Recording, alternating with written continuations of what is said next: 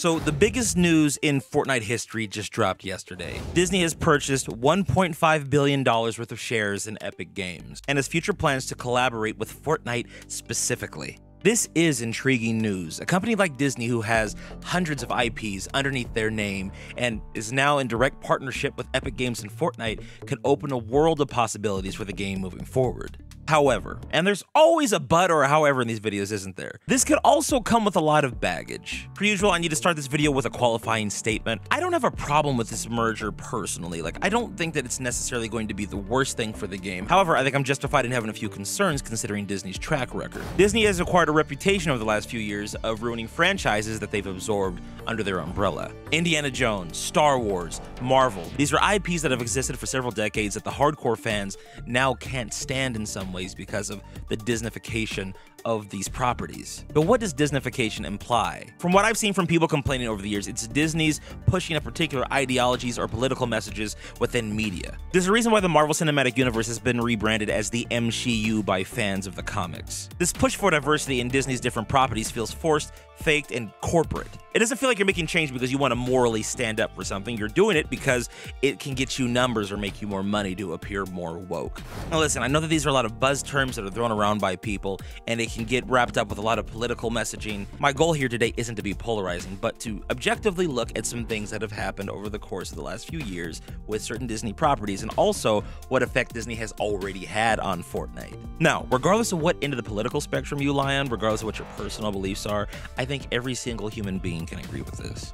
We all love good stories and good storytelling. We like authentic, genuine, well thought out, structured stories. That's the reason why the MCU was so powerful for the first 3 phases, and then in phase 4, it seemed to take a tremendous dip. After Spider-Man No Way Home, I can't tell you the last Marvel movie that I went to go see in the movie theater. And after looking at recent box office sales for the Marvels, it appears that many other people haven't been to the movies to see them either. With that being said, I don't hate Disney either. When they acquired Fox and the X-Men, I got really excited, but therein lies another issue. Disney has a gluttonous appetite when it comes to acquiring other IPs, and when it comes to partnering with Disney and Epic Games, it feels like they're trying to get a foothold in pop culture when it comes to the gaming space. They want to take over the gaming world, and their first step in doing that is becoming a part of Epic Games. But why is that a problem if Disney wants to acquire more IPs? Why is it an issue if they want to have their foothold in the pop culture of the video game zeitgeist? Well, ironically, as a company that's been moving towards making products for the sake of diversity, you actually eliminate it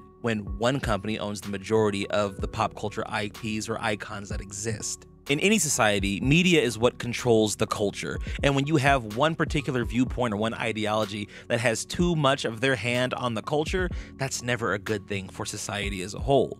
You need a good collection of various ideas and viewpoints in order to have a healthy society. You need people that are willing to hear things that they don't want to hear. At the end of the day, Disney doesn't really stand for diversity, they stand for their bottom dollar. I don't deny the utility that a company like Disney can bring to Epic by bringing in a lot of their IPs that Epic now has at their disposal. But when it comes to Fortnite, the issue that I and a lot of other players have is that this feels like one more step in the wrong direction towards Fortnite losing its identity. I want you to think about something for a moment. Remember right before Fortnite Chapter 5 hit and we got those weird age ratings that popped up where you couldn't wear certain Fortnite skins on certain maps because they were deemed inappropriate or too mature? During that same time, that's when we got the new UI that everyone currently hates. At the time, we thought it was because of Epic's partnership with Lego, but now that we know that they partnered with Disney, it makes a bit more sense. It's quite obvious that Epic Games was ramping up for something big, and the big thing that they're getting ready for is this new metaverse that they're working on in partnership with Disney, where now a lot of Disney IPs, shows,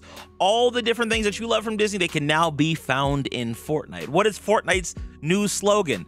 Find it in Fortnite. Epic Games, and specifically Fortnite, has just as much of an aggressive appetite as Disney does when it comes to acquiring IPs to become a part of their brand. And that's where a lot of people take issue. Now, I don't have a problem with collaboration. I think collabs were some of the best things to ever happen to Fortnite, but this seems to take it to a whole nother level.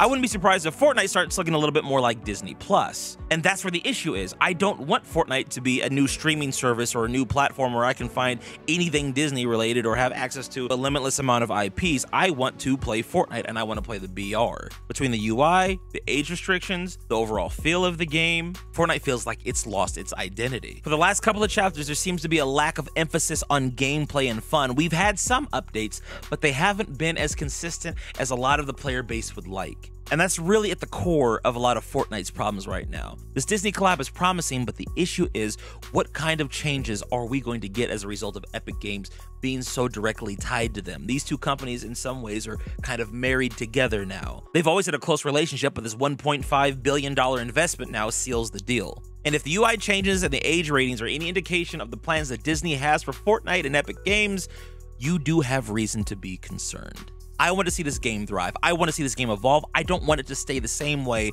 that it was during the good old days of OG Fortnite, but I do want Fortnite to keep some of its DNA, and that seems to be getting erased slowly but surely with the progression of every chapter. And you know what? That topic deserves a video in and of itself. So next time, how about we talk about what's wrong with Fortnite Chapter 5?